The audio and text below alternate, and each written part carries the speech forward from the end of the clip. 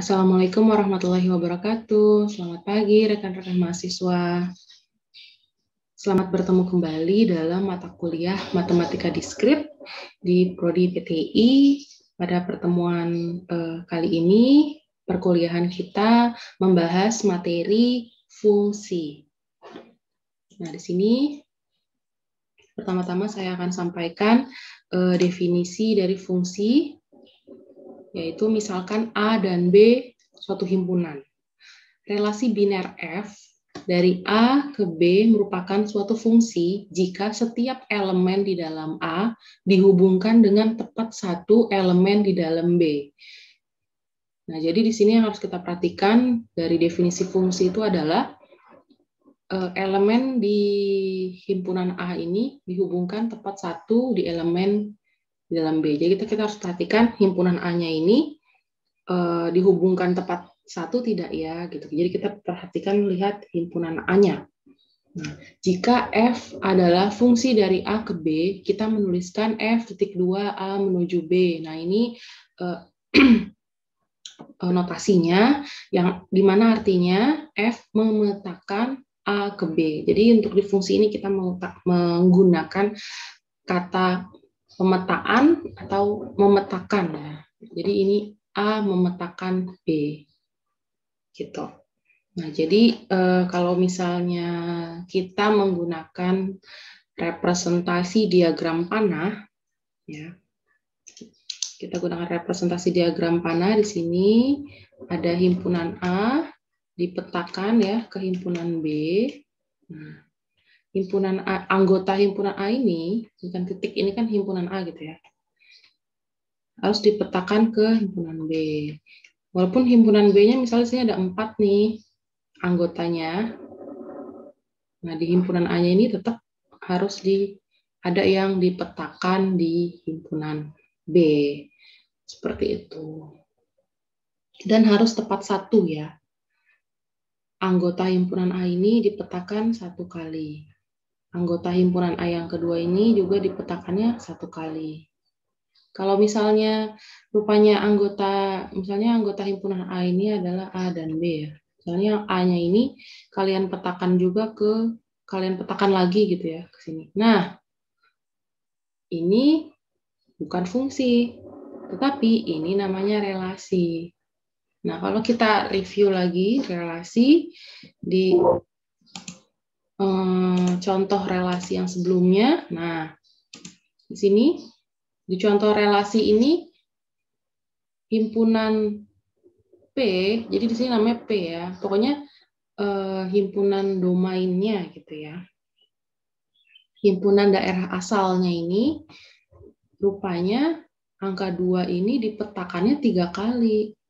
2 dipetakan kedua, 2 dipetakan keempat, 2 dipetakan ke-8. Karena dipetakannya 3 kali, maka ini relasi. Sedangkan kalau fungsi tadi dipetakannya harus 1 kali. Gitu. Itu ya bedanya relasi dan fungsi ya. Berarti kalau misalnya ini salah ya, ini relasi ya, bukan fungsi. Tapi kalau fungsi harusnya anggota A ini dipetakannya hanya 1 saja. Sudah bisa dihapus. Coret. Ya, mudah-mudahan bisa dipahami ya. Lalu di fungsi ini juga kalau kita tulis FA sama dengan B, jika elemen A di dalam himpunan A dihubungkan dengan elemen B di dalam B dinamakan bayangan. Nah, jadi himpunan A-nya ini disebut daerah asal atau domain dari F. Lalu himpunan B disebut daerah hasil atau kodomain dari F. Lalu himpunan yang berisi semua nilai pemetaan F disebut range. Jadi himpunan itu namanya nggak akan selalu A dan B ya. Jadi mungkin selanjutnya kita bisa sebut apakah itu domain atau kodomain atau range-nya gitu. Jadi kalau misalnya di sini kita representasinya diagram panah aja ya. Di sini ada himpunan A, lalu di sini ada himpunan A di mana himpunan A-nya ini adalah domain daerah asal, lalu ada himpunan B Di sini dia kodomain. Nah, terus yang range-nya itu apa? Berarti range itu apa aja? Misalnya himpunan A ini anggotanya 1, 2, 3, 4. Himpunan B ini anggotanya 1, 2, 3. Nah, berarti di sini domainnya itu adalah, oke ini jangan angka yang sama deh. Misalnya di sini 5, 6, 7. Berarti domainnya itu adalah 1, 2, 3, 4. Kodomainnya 5, 6, 7. Lalu range itu gimana? Nah, tadi kalau fungsi itu fungsinya kan fungsi itu definisinya anggota himpunan A atau anggota himpunan domain dipetakan satu ke anggota kodomain gitu ya. Karena kenapa saya bilangnya jadi domain, karena bisa saja seperti contoh yang di relasi tadi, himpunannya ini namanya jadi P dan Q gitu kan, bukan A dan B lagi. Jadi P ini adalah domain, Q ini kodomain. Ya, P ini domain, Q ini kodomain. Range-nya itu kalau misalnya 1 kita petakan ke 5. Range ini ya apa? 2 kita petakan ke 5. 3 kita petakan ke 6. 4 kita petakan ke 6. Nah, berarti range itu berisi semua nilai pemetaan. Nilai pemetaan. Nah, berarti di sini yang dipetakan oleh himpunan P angka berapa aja? Nah, angka 5 dan 6. Kenapa 7 enggak? Karena 7 enggak ada yang dipetakan ke 7. Gitu. Kecuali kalau 4-nya ini dipetakan ke 7 baru jadi 5, 6, 7 range-nya. Gitu. Tapi ini kita ambil 4-nya ke 6 aja ya. Jadi range-nya hanya 5 dan 6. Jadi di sini kita bisa bedain domainnya, berarti domain itu ya, ini domain itu 1, 2, 3, 4. Kodomain itu 5, 6, 7. Kodomain itu anggota ya, anggota daerah hasil ya, anggota daerah hasil. Sini 5, 6, 7 anggota di himpunan yang kedua atau enggak anggota himpunan yang akan dipetakan seperti itu. Range itu nilai hasilnya ya, atau semua nilai pemetaannya ya. Seperti itu. Mudah-mudahan sampai sini bisa dipahami. Di sini selanjutnya kita akan membahas tentang fungsi-fungsi berikutnya. Jadi tadi secara garis besar definisi fungsi untuk yang sebelumnya. Untuk sekarang kita lebih mengerucut lagi bahwa fungsi itu bisa kita kelompokkan menjadi beberapa bentuk lah seperti itu ya, atau sifatnya. Nah, yang pertama di sini ada fungsi injektif. Jadi fungsi injektif ini definisinya fungsi F dikatakan injektif jika tidak ada dua elemen himpunan A yang memiliki bayangan sama. Dengan kata lain, untuk setiap A1 dan A2 anggota A dengan A1 tidak sama dengan A2, maka FA1 tidak sama dengan FA2. Nah, jadi gini, kalau di definisi fungsi yang sebelumnya, kita itu perhatikan domainnya. Kita perhatikan domain. Ya, domain itu kalau di contoh yang ini domain yang ini ya, yang anggotanya 1, 2, 3, 4. Kalau kita mau tahu itu fungsi atau bukan ya, apakah itu fungsi atau relasi gitu ya. Oh, bukan apakah itu fungsi atau relasi, itu fungsi atau bukan. Jadi fungsi itu pasti relasi, tapi apabila dia relasi belum tentu fungsi. Jadi kalau kita pengen tahu himpunan ini atau himpunan A dan B ini, pemetaan himpunan dari A ke B ini itu fungsi atau bukan, kita bisa perhatikan domainnya, anggota-anggota domainnya ini memetakan satu atau tidak, itu ya.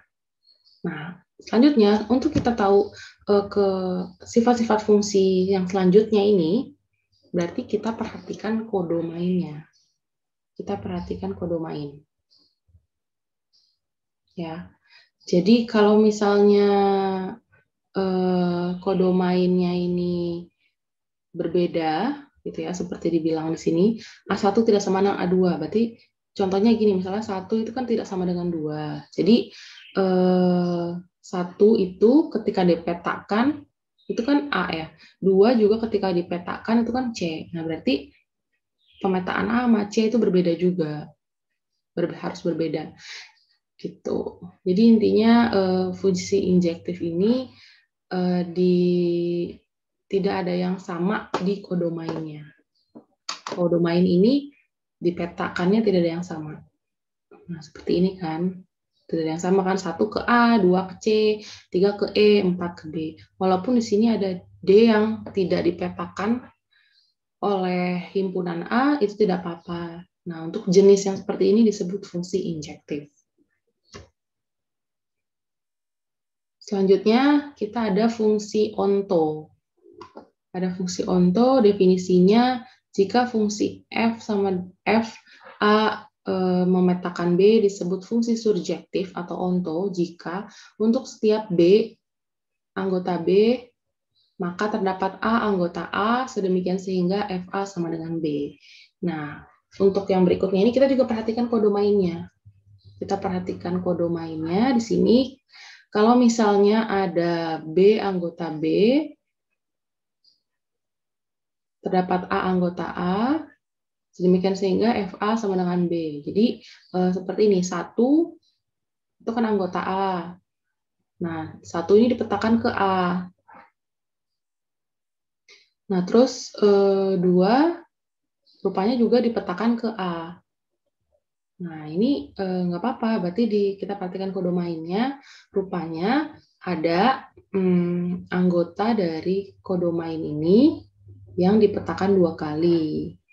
Nah, kalau ciri yang seperti ini, itu disebut fungsi surjektif atau onto.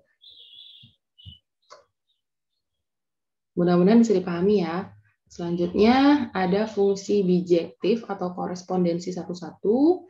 Definisinya fungsi bijektif atau korespondensi satu-satu adalah jika F A memetakan B adalah suatu fungsi di mana setiap satu anggota dari himpunan A mempunyai tepat satu kawan anggota pada himpunan B. Dan sebaliknya, setiap anggota himpunan B mempunyai tepat satu kawan pada himpunan A. Nah, jadi antara domain dan kodomain ini setiap satu anggotanya ini mempunyai tepat satu kawannya. Jadi satu seperti anggota 1 ini memetakan di C, 2 ini memetakan di A, 3 memetakan di D, 4 memetakan di B. Jadi di sini di antara domain dan kodomain itu tepat satu.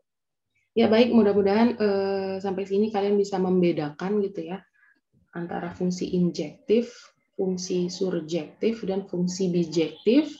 Sekian materi untuk pertemuan hari ini. Mudah-mudahan bisa dipahami. Terima kasih. Wassalamualaikum warahmatullahi wabarakatuh. Selamat pagi.